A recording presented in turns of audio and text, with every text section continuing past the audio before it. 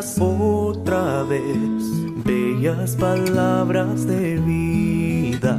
Radio Luz a las Naciones, la voz de salvación a tu corazón. Bellas palabras de vida. Escuela Bíblica a la luz de la palabra, escudriñando las Escrituras. Guía, qué bellas son, bellas palabras de vida. Luz a las Naciones, canal cristiano de comunicación, presenta A la luz de la palabra. Un estudio expositivo de la palabra de Dios, una presentación minuciosa de toda la Escritura. Porque es inspirada por Dios y útil para enseñar, para redarguir, para corregir, para instruir en justicia, a fin de que el hombre de Dios sea perfecto, enteramente preparado para toda buena obra. Hoy está, bellas palabras de vida. Escuela Bíblica a la luz de la palabra, edificando sobre la roca. Sostén y guía, qué bellas son, bellas palabras de vida. Evangelio del apóstol Juan, por Juan Luis Vadillo. Qué bellas son, bellas palabras de vida. Hizo además Jesús muchas otras señales en presencia de sus discípulos, las cuales no están escritas en este libro, pero éstas se han escrito para que creáis que Jesús es el Cristo, el Hijo de Dios, y para que creyendo tengáis vida en su nombre. Evangelio de Juan, capítulo 20, versículos 30 y 31. Sostén y guía, qué bellas son, bellas palabras de vida. Qué bellas son, bellas palabras de vida. Buenos días a todos y bienvenidos. Y creo que siempre cuando tratamos de estar delante de la palabra de Dios y el tiempo que Dios nos brinda para poderlo aprovechar en este rato de la exposición y de su palabra, es bueno, es un tiempo propicio, porque sin que nosotros seamos muchas las veces conscientes, Dios está proveyendo ese tiempo. Y este es el tiempo que Dios nos ha dado, dice la palabra de Dios, para que nos gocemos y alegremos en Él. Así que hay ganas de gozarnos y alegrarnos en Él. ¿Amén o no? Bueno, pues me gustaría que orásemos a Dios brevemente antes de podernos meter en el mensaje que Dios tiene para con nosotros. Damos las gracias, Padre, por ser tan paciente y tan bueno para con nosotros. Te damos las gracias por este tiempo que tú has preparado para con nuestras vidas y en la manera como tú soberanamente lo has dispuesto, Dios. Quita todo pensamiento de casualidades, de suertes, y que podamos apropiarnos de lo que realmente enseña tu palabra. Tú eres un Dios soberano que nos está brindando a los hombres la oportunidad de conocerte a ti, Cristo. La oportunidad de ser salvo por medio del mensaje del Evangelio. Gracias por la persona de Jesucristo y te pedimos que tú nos ayudes a estar sensibles ante tu palabra y en una manera donde podamos vernos identificados en todo lo que podamos enseñar en esta mañana. Si lo queremos hacerlo todo en el nombre y la persona de tu Hijo Jesucristo. Amén. Bueno, vamos a tratar de estar los domingos estudiando el Evangelio de Juan. Dijimos con anterioridad que estaríamos en este año estudiando este Evangelio, y una de las cosas que posiblemente no lleguemos a tocar ningún versículo hoy, posiblemente digo, porque es importante que nosotros también entendamos cuál es el propósito del libro, el preámbulo, la introducción que nosotros debamos saber también sobre el Evangelio de Juan, porque solamente en esta manera que nosotros podremos sacar mayor provecho. O sea, no es que nos dirigimos al Evangelio de Juan sin tener algunos puntos bien definidos o bien conceptuados. Y hoy en día tenemos buenos materiales para saber algunas de las razones por las cuales nosotros leemos y estudiamos el Evangelio de Juan. Y a mí me gustaría dedicar este tiempo, no es un tiempo largo, va a ser un tiempo breve, espero, pero sobre todo dejando en este domingo esta introducción con respecto a lo que es el escrito de estos 21 capítulos o 879 versículos. La excelencia de este Evangelio para nosotros es algo extraordinario, es algo glorioso, es algo que muchas de las veces nosotros no lo hemos posiblemente pensado o no hemos reflexionado sobre este gran tesoro que nosotros tenemos en el Nuevo Testamento. Y no es que los otros libros sean inferiores, eso por supuesto que no, pero el Evangelio de Juan destaca algunas de las cosas que trataremos en esta mañana de manera innegable. O sea, está enseñándonos puntos, enseñanzas y palabras que nosotros no sabríamos si no hubiese sido escrito el Evangelio de Juan. Así que estaremos tratando algunos de los asuntos que realmente nos debe de importar y con sencillez podamos nosotros tener una pequeña conclusión de qué es lo que vamos a estar estudiando estos domingos, que tenga que ver con mensajes específicamente sobre el Evangelio de Juan, de lo que Jesús tiene para con nosotros. Así que como cada carta que nosotros vamos a estudiar, cada libro de las Escrituras, esto estuvimos hablando un poco también en alguno de los talleres, una de las cosas importantes es conocer acerca del autor. Nosotros vamos a hablar de un escrito de la Biblia donde contiene 66 libros, 39 libros son del Antiguo Testamento, 27 libros son del Nuevo Testamento. Estamos en un evangelio, uno de los libros del Nuevo Testamento. Y cronológicamente nosotros debemos de situarnos cuando nos ponemos frente al Evangelio de Juan con respecto al autor. El autor es el apóstol Juan. Y el apóstol Juan no solamente escribe el Evangelio de Juan, sino que el apóstol Juan también escribe Primera, Segunda, Tercera de Juan y Apocalipsis. Libros que hemos estudiado mayormente, la Primera, Segunda, Tercera de Juan, hemos podido estudiar versículo a versículo. Este es un libro que no hemos tocado, el Evangelio de Juan. Pero también no solamente conocer acerca del autor, sino también saber algunos rasgos distintivos con respecto a su propia familia. La Biblia nos enseña que era hijo de Zebedeo. ¿Y su madre era quién? ¿Alguno hizo alguna tarea? No. Salomé. Su madre era Salomé, su padre era Zebedeo. ¿Y qué oficio tenía Juan y su hermano Santiago o Jacob? Esto ya no gusta mucho, ¿no? Cuando se pregunta. ¿Qué hay que colaborar? Aunque esto es algo que se va a poner en radio también. Pero bueno, se va a estar explicando bien. Yo creo que se va a poder entender. Pescadores. Ellos tenían un negocio familiar en cuanto a lo que tenía que ver con el ámbito del mar. Eran pescadores.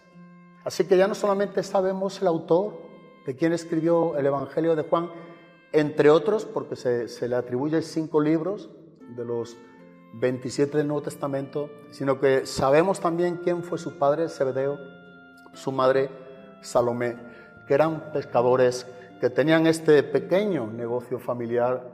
Pero cuando nosotros vemos o estudiamos algo que siempre es bueno conocer tocante a la biografía del autor, nos encontramos con estos puntos, que siempre es bueno. El hermano mayor era Santiago o Jacobo, llamado, ¿cómo se le llamaba? Hijo del trueno. Santiago Jacobo era mayor que Juan y era su hermano. Pero no solamente tocante a lo que estamos viendo del personaje o de la persona que escribe el Evangelio de Juan, sino también debemos de situar qué fecha es la que está escrito nos representa, o sea, en qué tiempo cronológico se está escribiendo el Evangelio de Juan. Y es que aquí hay mucha discrepancia, pero la que mayor peso tiene es entre el año 85 y 90 después de Cristo. Muy posiblemente en esas fechas cercanas. Así que ya sabemos también algo más, la fecha en la cual se escribe. Ahora, no solamente tocante al autor, la fecha, también es bueno saber el lugar. Y la Biblia nos enseña, y los estudios y tocante a los comentarios, sobre todo históricos, de este primer siglo, nos está enseñando que este fue un evangelio escrito desde Éfeso. Y en un cuadro histórico que también es bueno que lo sepamos, que fue posteriormente, después de la destrucción de Jerusalén. ¿Cuándo fue destruido Jerusalén, el templo? 70 después de Cristo. Entonces, el cuadro cronológico en el cual nosotros vemos que está escrito el Evangelio de Juan es después de la destrucción de Jerusalén, pero antes también de que Juan fuese desterrado a la isla de Patmos por un emperador llamado Domiciano. Es dentro de ese cuadro cronológico que nosotros podemos situar el Evangelio de Juan. Así que eso es algo que nos va dando peso a la hora de nosotros dirigirnos a poder tener un concepto más claro cuando estemos estudiando este Evangelio, y sin lugar a duda nos ayuda. Pero no solamente el autor, la fecha, el lugar, sino que también cada libro, cada carta nos habla de los destinatarios. Tenemos que saber a quién fue dirigido el Evangelio.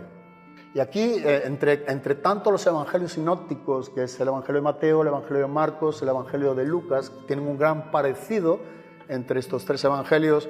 En Mateo se está hablando más a los judíos, ¿verdad? Nosotros entendemos que Marcos se está hablando más hacia los romanos, Lucas se está hablando más hacia los gentiles, pero cuando nosotros llegamos aquí al Evangelio de Juan, el Evangelio de Juan es llamada como la carta universal. Y es un evangelio donde trata con el incrédulo, trata con el cristiano, trata con el recién convertido y trata con aquel que lleva años en Cristo. Es un evangelio destacable, es un evangelio glorioso, el Evangelio de Juan, que sin lugar a duda, cuando tú y yo disponemos nuestros corazones hacia leer, estudiar estos 879 versículos, vamos a ser muy enriquecidos, grandemente enriquecidos. ¿Y sabes una cosa? Mucho va a depender de ti y de mí, no de lo que se comparta aquí en este púlpito. Porque si hay algo que deberíamos hacer todos nosotros, si es que realmente tenemos hambre, tenemos ese hambre, sabe más de Dios, sería poder estar leyendo estos 21 capítulos en una manera hambrienta, en una manera necesitada, o en una manera donde deseamos ser socorridos. A la misma vez deseamos ver esa gloria de Cristo. Bueno, en esa manera, con ese corazón, es que nosotros deberíamos de estar leyendo el Evangelio de Juan. Y yo te aseguro que si tú todos los días, y se lee fácilmente, no es algo muy extenso, lo lees cuanto menos una vez al día, una vez a la semana, cuanto menos una vez a la semana, tú vas a tener un contexto muy fresco. Y cuando estemos exponiendo la palabra de Dios, tú vas a tener claridad en muchas de las cosas que estemos exponiendo, que si no lo hicieran de esa manera, te costaría mucho más. Así que estos son puntos muy importantes. Conocer en esta introducción, este preámbulo antes de la exposición del Evangelio de Juan, estos datos que nos deben de ayudar a nosotros tocante a qué es lo que vamos a estudiar. Pero como cada libro, como cada carta, aquí encontramos también un propósito. O sea, vamos a leer, hemos situado el Evangelio de Juan en ese cuadro histórico, cronológicamente en el tiempo, donde es escrito, desde dónde es escrito, por quién es escrito, a quiénes es escrito. Pero ahora también queremos ver cuál es el propósito. Y el propósito de manera magna, ¿no? De manera, yo creo que insuperable, lo dice la propia palabra. Nosotros no tenemos que estudiar mucho para ver cuál es el propósito aquí del Evangelio de Juan. Y mira lo que nos enseña en el capítulo número 20, en los versículos 30 y 31. He empezado este año con la Reina Valera del 60 otra vez, por si cambian los versículos. He dejado de las Américas, normalmente la cambio, y ya la otra estaba muy escrita, me perdía mucho, y así que tengo otra Biblia que me regalaron, es una Reina Valera del 60, que son dos de las Biblias que personalmente yo uso cuando expongo la palabra, y son Biblias literales, que son muy fiables. Dice en el Evangelio de Juan, capítulo número 20, los versículos 30 y 31, dice, aquí en la Biblia que yo tengo, especifica el propósito del libro. El propósito de estos 21 capítulos. El propósito del Evangelio de Juan. Tú y yo no tenemos que indagar mucho si hemos leído secuencialmente el Evangelio, estos capítulos, y llegando ya al capítulo número 20, al final de ello, y precedentemente, antes de empezar el versículo 1 del capítulo 21, nosotros encontramos cuál es realmente el propósito del Evangelio de Juan. Y nos comenta aquí, dice, hizo además Jesús muchas otras señales en presencia de sus discípulos, las cuales no están escritas en este libro. Y dice en el versículo número 31, que este es el propósito, pero estas se han escrito para que creáis. Para que creáis que Jesús es el Cristo. ¿Y qué más? El Hijo de Dios. ¿Y con qué fin? ¿O con qué propósito? Estas preguntas que siempre nos ayudan a entender cuando las hacemos a la palabra de Dios. Dice, para que creyendo tengáis vida en su nombre. Así que aquí encontramos un propósito claro, contundente, conciso, rico en sí mismo. O sea, el propósito de poder creer. Juan está escribiendo el Evangelio con el propósito en que los lectores pudieran creer realmente la obra salvadora, redentora, que Dios brinda a toda la humanidad solo y exclusivamente en la persona de Jesucristo. Así que lo que nos está enseñando el propósito es que cuando nosotros creemos lo que está escrito en este libro, que es el propósito, tengamos vida en el nombre de ¿quién? De Jesús. Pero no solamente que es el Mesías, tocante a los judíos, sino quien es el Hijo de Dios, tocante a los gentiles, a todo el mundo. Por eso es una carta que se llama la Carta Universal o el Evangelio Universal. Así que es un versículo que nos está hablando muy claramente cuál es el propósito. O sea, probar con contundencia, estos dos versículos nos enseñan que Jesús es el Hijo de Dios. Él es el Mesías. Y que todos los que crean en Él serán salvos, tendrán vida eterna. Pudiéramos añadir algún texto, como por ejemplo, se me viene en mente Juan 1, versículo número 12, dice, mas a todos los que le recibieron, y ahora bien nos dice, a los que creen en su nombre, a los que creen en el nombre de Jesucristo, el Hijo de Dios, a tales personas, dice que les dio potestad de ser hechos hijos de Dios. Hay una potestad, hay una autoridad, que bien nos enseña el versículo siguiente, que no es algo proveniente de los hombres, como es la carne y la sangre, sino algo que solamente acontece desde el cielo, con la autoridad divina de Dios. Y dice que esto acontece, esta salvación, este derecho, esta potestad que Dios da para que seamos hijos de Dios, cuando nosotros hemos creído en su nombre. Y trataremos en los domingos, si Dios permite, que estemos exponiendo el Evangelio de Juan, estaremos tratando cómo Juan ve algo tan relevante, donde enfatiza continuamente qué es lo que la Biblia nos enseña tocante a creer en su nombre. Hay muchas personas que creen que son cristianos porque están creyendo en una representación, en un falso Cristo. Y sabes, eso no trae salvación. Eso es un engaño que te permite seguir viviendo en ese engaño. Y lo que Jesús nos está enseñando, y veremos de manera muy clara, es a los que creen en su nombre. Por eso Juan está aquí presentando a Jesús encarnado, al Dios encarnado. Y creer con todo el corazón en el Hijo de Dios.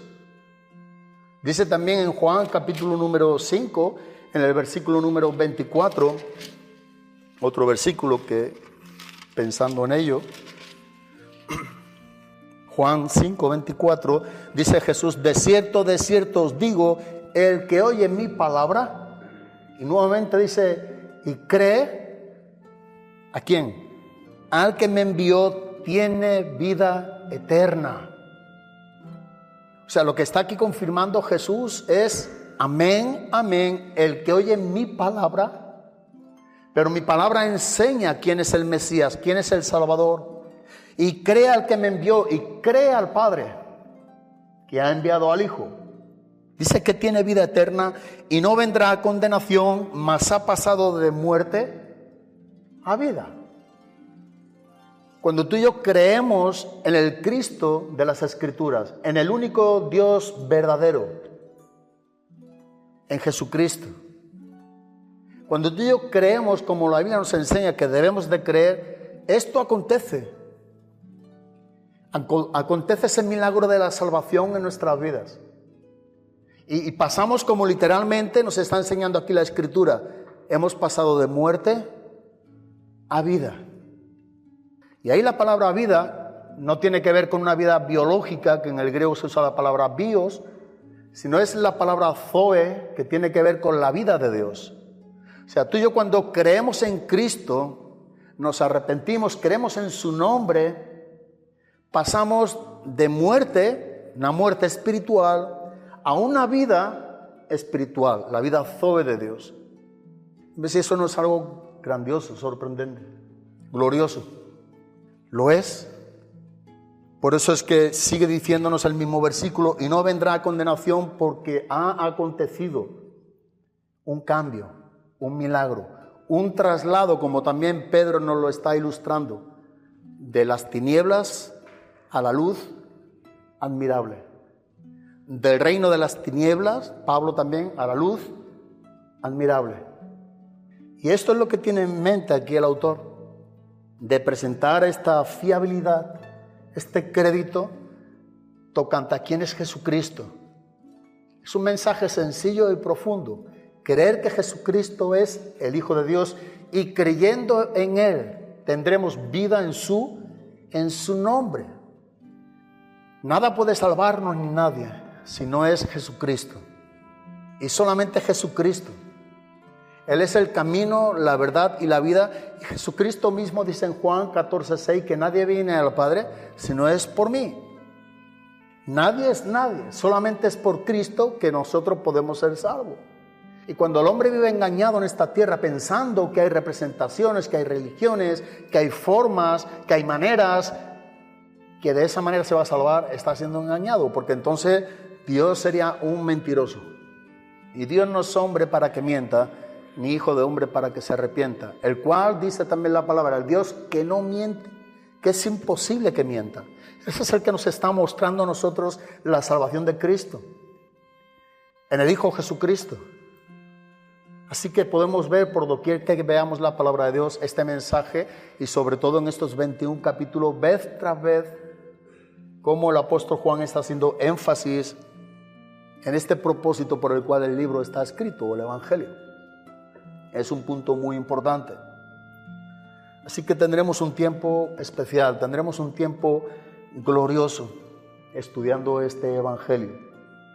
¿Sabes? Pensaba también a veces, cuando alguien nos pregunta, o un recién convertido, o una persona que recién está caminando los pasos de Cristo, y nos pregunta, ¿qué es lo que puedo leer? Normalmente nosotros respondemos el Evangelio de Juan. Y es una gran verdad y es algo muy bueno. Pero el problema, creo que a veces nosotros mismos, quienes estamos aconsejando lo que deben de leer, no somos conscientes que no decimos que lea el Evangelio de Juan porque sea inferior, o porque es algo sencillo, o porque no tiene mucho que enseñarnos. Es un evangelio que 1 más 1 son 2. Los antiguos decían con respecto al Evangelio de Juan que es tan sencillo que un niño cuando lo lee lo puede entender, lo puedo creer. Pero ellos decían que a la misma vez, dice, es tan profundo que los eruditos más prestigiosos se han vuelto locos, se vuelven locos. Por una parte es claro, es sencillo, leemos y entendemos, pero a la misma vez hay una inmensa profundidad de lo que nos está enseñando la palabra de Dios. Y de hecho se le llama, por muchos años, se le ha llamado por muchos cristianos y a lo largo de muchos siglos, este santuario de Dios, el propiciatorio del lugar santo, el glorioso evangelio, el santísimo evangelio. Y no es algo exagerado estos títulos que se le ha dado a lo largo de los siglos, porque lo es. Lo es. Lo que tú y yo tenemos ante nuestros ojos es algo especial. Es algo que a veces no hemos reparado en ello, en la grandeza de lo que nos puede enseñar esos 21 capítulos. Uno cuando estudia este Evangelio, o cuando lo leo, cuando yo siempre apunto, tacho, escribo, es una herramienta de trabajo. La Biblia es la palabra de Dios, pero para quienes vivimos por la palabra y de la palabra en el sentido que lo que Dios nos esté dando a nosotros, personalmente creo que es un libro que hay que gastarlo, ¿verdad? Sería muy bueno que todos los años nos regalaran una Biblia, pero no para que cogiéramos y tuviéramos una Biblia más, sino para gastar esa Biblia, para gastarla, para usarla, y que después pudiéramos iniciar nuevamente en otra Biblia a estudiar a nuestro Dios. Qué bueno sería, ¿verdad? Algunos que tienen la Biblia la tienen que no se quiere que se toque las páginas, que nadie escriba. Bien, es respetable, pero creo que eso es una pérdida de tiempo, porque debe de ser una herramienta de trabajo. Y cuando tú y yo tenemos la Biblia como una herramienta de trabajo, se gasta, ¿o no? Se gasta. Quienes estamos en la obra y estamos acostumbrados con la maquinaria, con herramientas, sabemos. Cuando tú usas una herramienta tiene un desgaste. Cualquier herramienta que usamos tiene un desgaste. Lo bueno en todo ello es que podrá tener un desgaste externo, pero internamente siempre será el libro de los libros que no contiene la palabra de Dios, sino que es la palabra de Dios. Y siempre será la palabra de Dios. Y los cielos y la tierra pasarán, como dijo Jesús, mas mi palabra permanecerá para siempre. Así es la Biblia. Y uno puede ver leyendo estos capítulos que la palabra, por ejemplo, amor, la menciona el apóstol Juan 80 veces. O la palabra, por ejemplo, verdad, que está también escrita en muchos de sus escritos, está apareciendo también 25 veces en el Evangelio de Juan y otras 25 veces en sus otros escritos. Sin embargo, la palabra creer, si tú vas leyendo y vas tachando o vas marcando, la encuentras solamente en el Evangelio de Juan 100 veces. Solamente en el Evangelio de Juan 100 veces. Digo esto porque entendemos cuál es el propósito. ¿Cómo destaca notoriamente el propósito del libro, que es creer en su nombre, creer en Cristo? Hasta tal punto que encontramos 100 veces la palabra creer, verdad, amor. Palabras que son muy repetitivas y en cierta manera a modo conclusivo es como si nos estuviera enseñando estas palabras que Dios quiere que creamos. ¿En quién? Creamos la verdad. Dios quiere que creamos la verdad del Evangelio, la verdad de su palabra, de lo que nos está enseñando, para que podamos entrar en una comunión de amor ¿con quién? Con Dios. Si 100 veces se menciona la palabra creer, Dios quiere que creamos, y otras tantas la verdad del Evangelio, para que podamos entrar en una comunión de amor con Él, en una comunión íntima. Y esto solamente puede ser por la verdad del Evangelio de Dios. Y el Evangelio de Juan es un evangelio completo. Los 3 evangelios sinópticos, Mateo, Marcos y Lucas, están tratando más con el ministerio terrenal de Jesucristo. Pero si tú y yo estudiamos estos 21 capítulos, el Evangelio de Juan, te darás cuenta que está tratando con el lugar celestial, el ministerio celestial de Jesús. Todo enfoca arriba. Todo tiene que ver con una perspectiva del cielo. El enfoque no es la tierra, el enfoque es el mismo cielo. Y de esa manera lo muestra la palabra de Dios cuando estamos estudiando el Evangelio de Juan. Creo que también es importante, ¿verdad? ¿Cuántas cosas no me dio tiempo? Esta mañana está apuntando cosas que no me va a dar el tiempo. Por eso digo que no entraremos a la primera parte de la exposición de los versículos.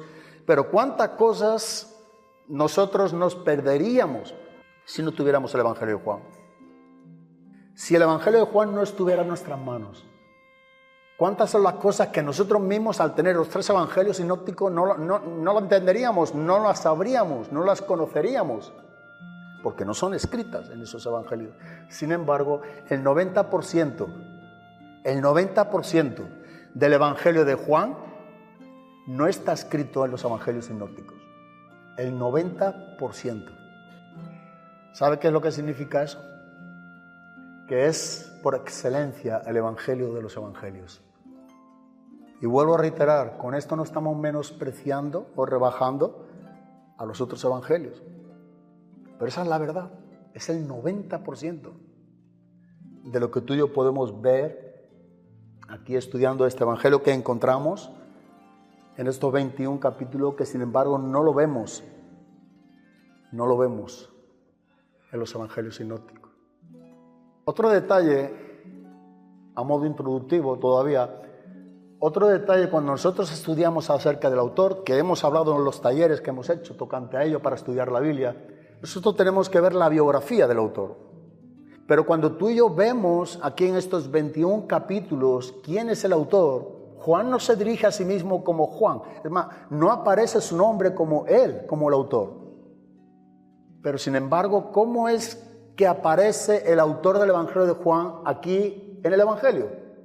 ¿Alguien sabe cómo se llama a sí mismo? El discípulo amado, el discípulo a quien Jesús amaba. Dime si no es algo glorioso. Si Dios tuviera que llamarnos, ¿cómo preferiríamos? ¿Que nos llamara por nuestro nombre? Si Dios tuviera que llamarme Juanlu, o tuviera que llamarme el discípulo a quien Él ama, sin lugar a duda yo escogería que Dios me llamara el discípulo a quien yo amo. ¿Qué expresión, qué título sobre Juan? Y eso acontece con él nada más. También aparece como el discípulo que está recostado al lado, al pecho, según la versión de Jesús. Pero el discípulo a quien Jesús amaba, el discípulo amado. Os digo simplemente algunos apuntes para que lo tengáis. En Juan 21:7, aquel discípulo a quien Jesús amaba. Juan 21:20, el discípulo a quien amaba Jesús. Juan 13:23, y uno de sus discípulos al cual Jesús amaba. Y siempre encontramos cómo Juan es llamado por Jesús en esta manera, a quien Jesús amaba. Tú y yo debemos de saber que Jesús nos ama. Y esto es algo que debemos de tenerlo bien afianzado en nuestras vidas, bien firme. El amor de Cristo hacia tu vida y hacia mi vida es algo que no podemos ni debemos permitir que el diablo nos robe esta expresión, esta identidad.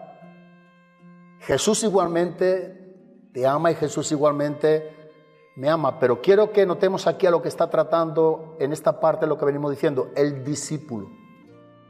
Dios ama en el Hijo, en Cristo Jesús, a sus discípulos. Y lo ama en una manera, si tú estudias el Evangelio de Juan, capítulo número 13, que dice hasta el extremo, la versión textual, hasta el fin. En la manera en como Dios nos ama es una manera que no tiene un número, no tiene una conclusión. Porque el amor de Dios no es contable. El amor de Dios es algo que no se puede medir. Porque Dios es amor y como cada uno de sus atributos son lo que Él es, no es lo que Él tiene. Porque si Él tuviera solamente amor, Él mismo sería una criatura.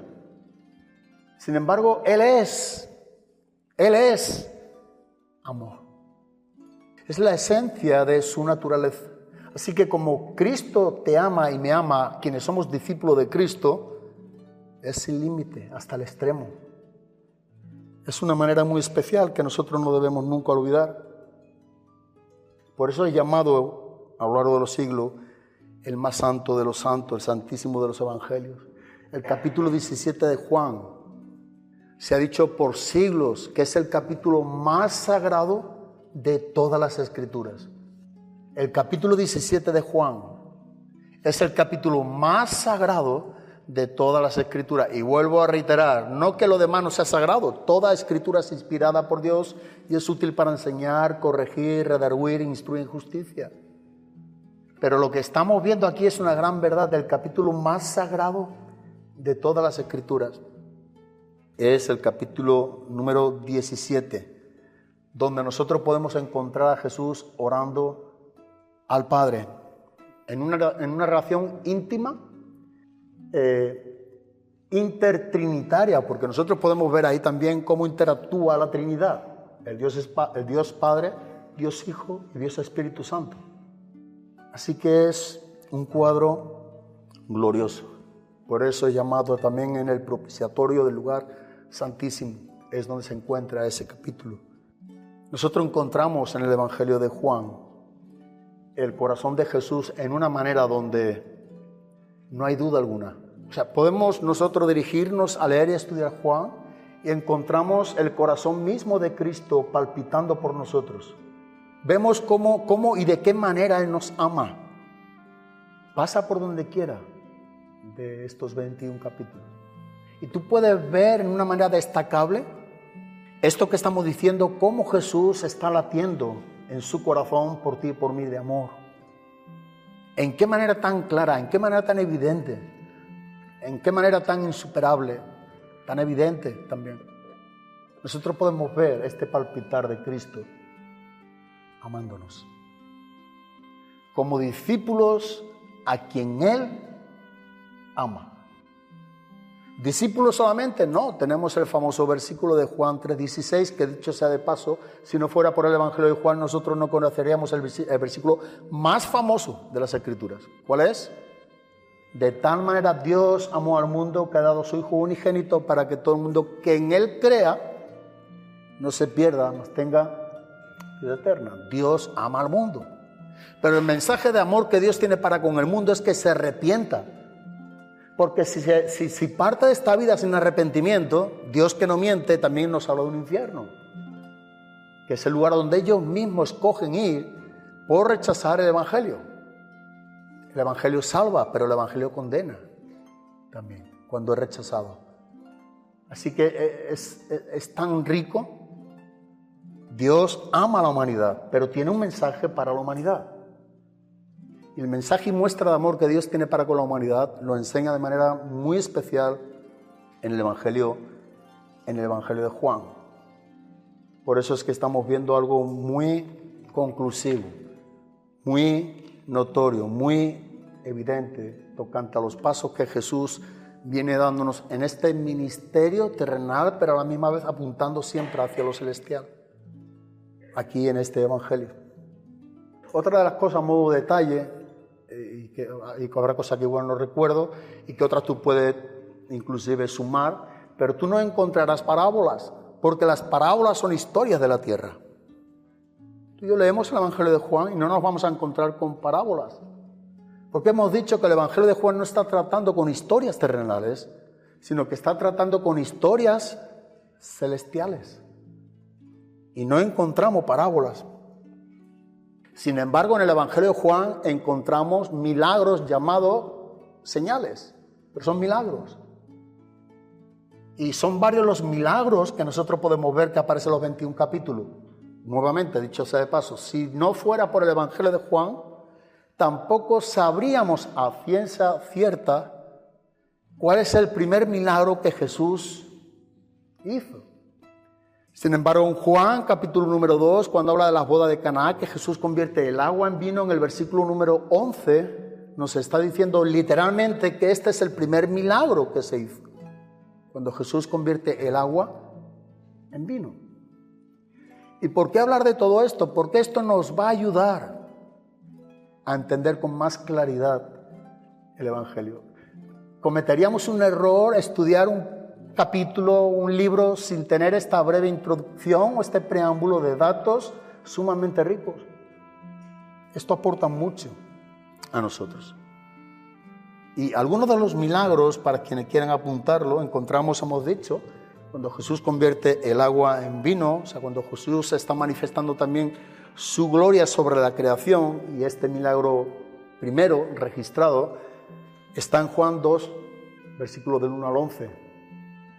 También encontramos un segundo milagro en Juan capítulo número 4, del 46 al 54, que es la curación o la sanación del hijo de un oficial del rey. Y curiosamente, aquí también está mostrando que Él es el poderoso, donde Él puede hacer como quiera, sin que, porque está sanando al hijo de un oficial de un rey, pero si tú lees en Juan capítulo número 4 no está presente, o sea que está sanando a la distancia, sin que nadie le imite, sin que nadie le diga a Dios qué hace. Jesús es Dios. Él es el Dios Hijo, el Dios eterno.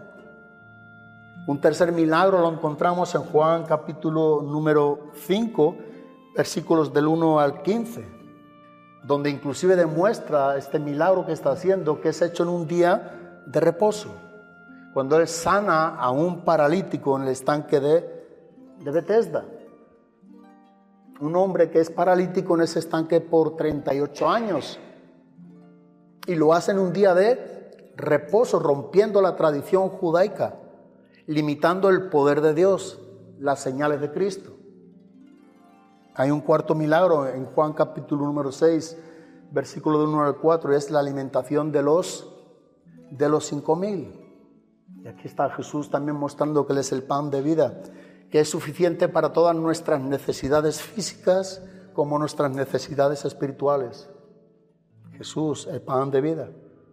Hay un quinto milagro y es cuando Jesús camina sobre el mar. En Juan capítulo número 6, versículos del 16 al 21.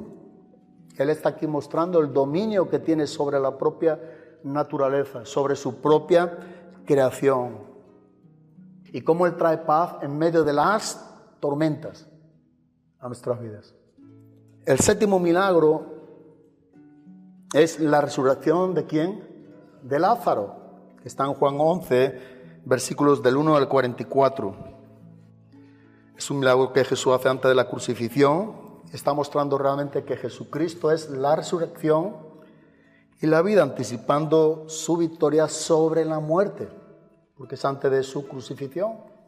Cuando Él dijo en el versículo número 25, yo soy la resurrección y la vida, y yo soy la resurrección y la vida, y todo que el que crea nuevamente en mí no verá. O sea, nuevamente está usando aquí lo que es creer en Él. Aunque esté muerto, dice, vivirá para siempre. Pero trata con ese creer, con esa palabra que aparece 100 veces en el Evangelio. Y hasta aquí hay muchos comentaristas y estudiosos que hablan que aparecen 7 milagros. Yo encuentro 9 y voy a dar mis motivos, por el cual creo que hay un milagro que no se está, digamos, anotando, o no se está enseñando, o no se está reconociendo, pero en verdad es un milagro que, aunque acontece después de la resurrección de Cristo, nosotros encontramos el milagro de la pesca milagrosa, y ese sería un 8º milagro. Vas a encontrar que mayormente todos dicen 7 señales, 7 milagros en el Evangelio de Juan. Este es uno que si tú solamente vas pasando tus páginas y vas leyendo o vas anotando los sucesos, te darás cuenta que este tiene que ver con un acontecimiento de un milagro también que Jesús nos está enseñando. Después de que ha resucitado, esto está en el capítulo 21. La resurrección de Cristo está en el capítulo número 20. Pero también hay un 9º milagro. No solamente que hay 7, sino que nosotros podemos ver que hay otro milagro grandioso, y es el mismo milagro de Jesucristo mismo, que resucita de entre los muertos. Ese es un grandioso milagro, la propia resurrección de Jesucristo de entre los muertos. Yo creo que hay una pregunta, y que sería algo bueno a modo personal. Digo, aquí pudiéramos participar todos, y creo que sería bueno, pero bueno, no hace falta que sea en voz alta, pero contigo mismo. ¿Qué es lo que nosotros tendríamos y no tendríamos? ¿Qué es lo que ocurriría si nosotros no tuviéramos este Evangelio? Hemos dicho, si no tuviéramos el Evangelio de Juan, ¿cuántas cosas tú y yo no sabríamos? ¿Has pensado en eso? En ese 90%. que nos tienen los otros 3 evangelios sinópticos. Y bueno, yo por ejemplo he ido capítulo, y en cada capítulo uno ya sabe, ¿verdad? Por leer o al tiempo igual que sabemos, uno sabe qué es lo que corresponde al Evangelio de Juan y dónde es que no corresponde en los otros 3 evangelios. Por eso digo que anotando algunos y posiblemente olvidándome de otros, muchos, eso sin lugar a duda, porque tampoco he tenido el tiempo para poner cada uno de ellos, pero Juan nos está dando acontecimientos únicos, no lo relata Mateo, no lo relata Marcos, como tampoco lo relata Lucas. Son acontecimientos únicos tocante a lo que es la vida y el ministerio de Cristo. Uno de ellos hemos dicho, ¿verdad? No sabríamos cuál sería el primero de los milagros, porque eso solamente lo encontrarás en el Evangelio de Juan. Sin embargo, tú y yo tenemos un orden. Podemos situarnos cronológicamente cuál es el primer milagro que Jesús hizo. Lo sabemos por el Evangelio de Juan. Pero a modo cronológico vamos al capítulo número 3, y si no fuera por el Evangelio de Juan, tú y yo no podríamos saber nada de la conversación que Jesús tuvo ¿con quién? Con Nicodemo. No tendríamos ese pasaje tan claro, evidente, tan copioso, rico, con respecto a lo que es nacer de nuevo, si no fuera por el Evangelio de Juan. Estando ya en ese capítulo número 3, tampoco sabríamos, como hemos dicho, el versículo más conocido y tan rico doctrinalmente como es Juan 3:16. La manera en cómo Dios ama al mundo, el propósito con el cual Dios ha enviado a su Hijo al mundo. Pero pasando de manera secuencial al capítulo número 4, si no fuera por el Evangelio de Juan, tampoco sabríamos nada de la conversación que Jesús tuvo con la mujer samaritana. ¿Dónde aparece? Solamente en el Evangelio de Juan. Forma parte de los acontecimientos del 90%, destacando el Evangelio de Juan con los otros 3. Acontecimientos únicos. Porque otros muchos, tocante al ministerio terrenal de Cristo, son comentados en los Evangelios sinópticos. Pero estos solamente aquí, en Juan. Tú y yo no sabríamos nada de la mujer samaritana. Sin embargo, ¿cuánto aporta, verdad? ¿Cuánta riqueza aporta este capítulo número 4? O nunca hubiésemos sabido lo que ocurrió en ese estanque en Betesda, un hombre siendo paralítico por 38 años. Eso también aparece en el Evangelio de Juan, en el capítulo número 5. Tampoco sabíamos de él. Y así podríamos seguir con muchos más, pero otro grandioso que tampoco es visto en otros evangelios, como su amigo Lázaro.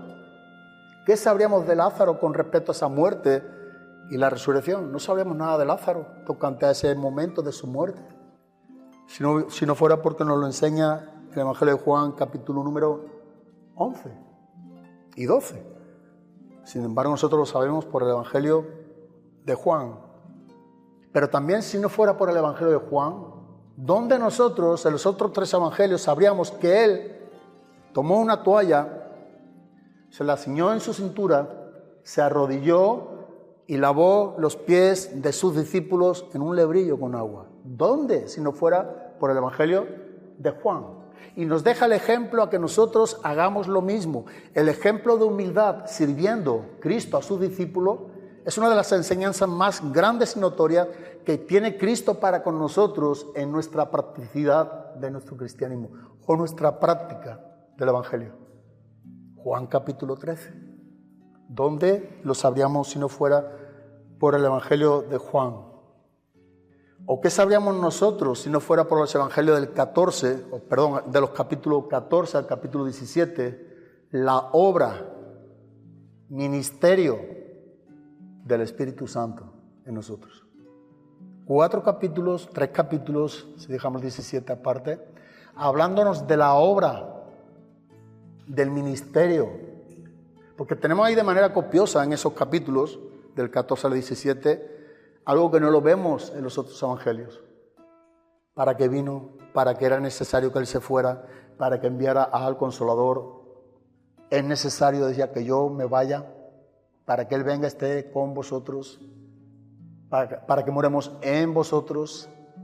¿Para que Él me glorifique a Cristo? ¿Para que vosotros seáis guiados hacia toda la verdad? para que yo recuerde las palabras que debéis de decir, para que vosotros seáis consolados, para que no os afligéis en este mundo o no os asustéis por lo que va a acontecer, porque yo estaré con vosotros. Cuando dice en el mundo tendréis muchas aflicciones, pero confiad, yo he vencido al mundo. Todo esto acontece en los capítulos del 14 al 17 y eso corresponde también al Evangelio de Juan. Pero también si no fuera por el Evangelio de Juan, ¿dónde es que tú y yo sabríamos la rica enseñanza que nos está hablando sobre la vid verdadera y sus pámpanos? No lo sabríamos. ¿Por qué? Porque en ninguno de los otros 3 evangelios se enseña. Quiero que nosotros valoremos, apreciemos lo que vamos a estar estudiando de manera única, porque no la encontramos en otro lugar de las Escrituras o en los otros 3 evangelios. Sin embargo, Juan capítulo número 15 sí lo encontramos. Encontramos esta poderosa oración de Jesús al Padre. Encontramos, etcétera, etcétera. Cosas que no lo vemos en los otros evangelios. El Evangelio de Juan está tratando, los 3 evangelios sinópticos, y en el caso, por ejemplo, de Mateo, Marcos y Lucas, está tratando más con el ministerio, hemos dicho, terrenal de Jesús, pero está enfocándolo más, y de hecho, si nosotros estudiamos geografía un poco, solamente el recorrido del ministerio de Cristo, apunta prácticamente casi todo hacia lo que es el norte de Israel. Tiene que ver con Galilea, tiene que ver con alguna de las ciudades de Galilea, como es también Capernaum. Cuando tú y yo estudiamos el Evangelio de Juan a modo geográfico, nosotros nos damos cuenta que está tratando más con el ministerio de Jesús en la parte sur de Jerusalén, o de Israel, mejor dicho. Aunque aparece también ciudades como es, por ejemplo, Jerusalén, en su ministerio. ¿Y eso nos vale para algo? Sí. La parte sur, la parte de Judea. Tú vas a encontrar más en el Evangelio de Juan el ministerio de Jesús. ¿Por dónde? Por Judea. O sea, estos distintivos o estas distinciones es bueno saberlas. Es bueno conocerlas. Es bueno y creo que es muy importante. Y para ir concluyendo en alguna de las cosas que yo sé que sabemos que vienen en el Evangelio, es lo que Jesús dice acerca de sí mismo, que tampoco encontramos en otros lugares. Cuando Jesús utiliza 7 declaraciones específicas, ¿qué dice? Yo soy el qué. Porque hay declaraciones absolutas que tiene que ver con mostrando su divinidad. Yo soy, identificándose con Éxodo capítulo 3, versículo número 14, cuando Moisés pregunta el nombre a Dios y Dios mismo le da 4 consonantes. No tienen vocales, no sabe cuál es el nombre de Dios, el Yahweh. Pero hay otras declaraciones como estos yo soy, que sí que encontramos un predicado metafórico, ¿verdad? Yo soy el pan de vida. Ahí hay una metáfora. Jesús se está comparando al pan de vida. Hay un predicado. Eso del colegio nos acordamos, ¿no? Sujeto, ¿quién? Predicado, ¿qué hace? ¿No? Eso sí. Hasta ahí llegamos todavía. ¿Sí o no? Hay un predicado. Y encontramos en esta manera, metafóricamente, en estos yo soy. Yo soy el pan de vida. Juan 6, 35, versículo 48, versículo 51. Reiteradas veces Jesús mismo nos está enseñando, comparando con esta metáfora, yo soy el pan de vida. O yo soy la luz del mundo. En Juan 8:12, en Juan 9:5, yo soy la luz del mundo. También encontramos cómo Él se llama a sí mismo aquí en el Evangelio de Juan. O yo soy la puerta de las ovejas. En Juan capítulo número 10, el 7, el 9, distintos versículos. Yo soy la puerta de las ovejas. O yo soy el buen pastor. Juan capítulo 10, versículo 11, versículo 14. Yo soy el buen pastor. Pero Jesús también se llama a sí mismo, yo soy la resurrección y la vida. y el que crea en mí, aunque esté muerto, vivirá para siempre. Juan 11, 25. Yo soy. Yo soy el camino, la verdad y la vida. Juan 14, 6. Y el séptimo yo soy la vid verdadera. Yo soy la vid verdadera. Juan 15, versículos 1, versículo 5. Así que encontramos estos yo sois, comparando o metafóricamente Jesús hablándonos, enseñándonos cómo Él nos está enseñando quién es Él. Pero tocante a cuando habla directamente a la divinidad, como hemos dicho, comparándose al nombre que Dios dio a Moisés, porque Moisés quería saber el nombre de Dios, encontramos también que hay estos yo soy de manera absoluta, porque no hay una metáfora al lado, no hay un predicado tampoco, si no lo hay, metáfora no va a haber predicado, pero nos está enseñando simplemente yo soy, y encontramos en el libro del Éxodo, en el Antiguo Testamento encontramos lo que venimos diciendo, tocante a ese nombre, pero dice, antes que Abraham fuese, yo soy. Juan 8, 58. Antes que Abraham fuese, yo soy. Este es un yo soy absoluto, es una declaración de la deidad, de la divinidad de Cristo, comparándose al nombre que Dios mismo le había dado a Moisés. Antes que Abraham fuese yo soy. Él está afirmando que Él es Dios. Él está afirmando también su preexistencia. Antes que Abraham fuese yo. Así que está enseñándonos también la preexistencia de Cristo. Antes que Abraham fuese. Yo soy. Se está identificando con este Yahweh, con esta consonante del nombre de Dios. En Juan 18, en los versículos 5 y 6, cuando Jesús está siendo arrestado, Él dice, yo soy. Dice que todos cayeron, ¿dónde? Al suelo. Solamente el nombre, yo soy, ahí en el huerto del Getsemaní.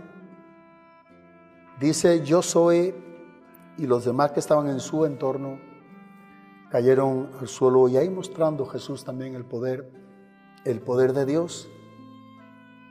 Hay otros absolutos, no solamente estos dos, Juan 8:24, otros versículos en el 28.